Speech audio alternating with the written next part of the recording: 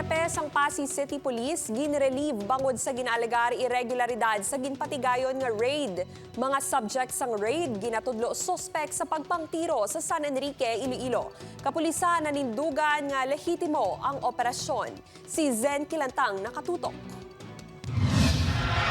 Ginpapanaugan sang administrative relief si Lieutenant Colonel Aaron Palomo nga hepe sang Pasig City Police Station bangod nangin kontrobersyal ang pagserbe sini sang search warrant sa barangay Agtabo, Pasig City sa Agosto 12, Sabado. Nahibaloan nga ginraid ang balay sang mag-utod nga Neptali kag Jeffrey Barrios nga miyembro sang Philippine Army kag assign sa 301st Brigade sa Dingle matapos nga maangot ang duha sa strafing incident nga nagluntad sa Baraulan, San Enrique, Iloilo.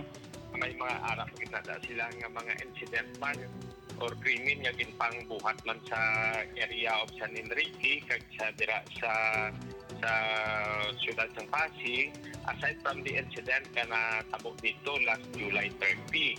So amoy nang isa sa mga rason nga na-applyan sila sang search warrant. So kagang purpose sa pag-apply sila sang search warrant para nga ma-prevent pagit no ang dugang pagit nila nga mga pagbahaton nga mga krimen at the same time makonfiscate makuha nato ng mga armas.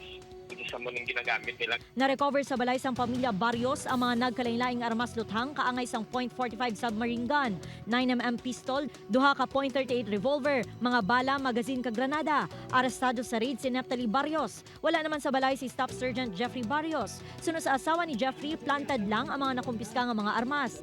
Ginaaligar man sini nga nadula ang 135,000 pesos nga kwarta sang ginsulod ang ila balay.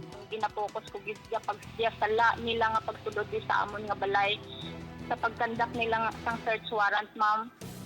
Kagtong ginbuol nanda kagtong mga pulis nga nagsulod di kanamon, kagtong nakasibilyan nga nagsaka di sa balay. Kung lantaon mo ang video nga ginipakita nila, hindi mo gid makita nga ara sa posisyon sang ating mga personnel nga nagsulod.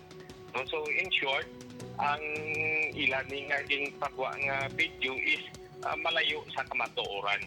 Ang pagsulod sa nga tunto nga mga personnel, operating personnel is just for security reason. Kaya again, no, it is the duty sa nga sini nga mga police officer nga iturungit ang kabuhi sa tagsa-tagsa, no, especially during the operation.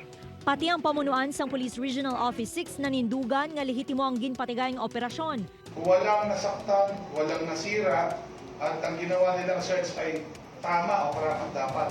Pinakikita po natin na yung mismong asawa ang pumipirma ng Certificate of Orderly Search and Inventory Report. Yan po ay voluntaryo at sa presensya ng barangay officials, sa presensya ng ni Piskal.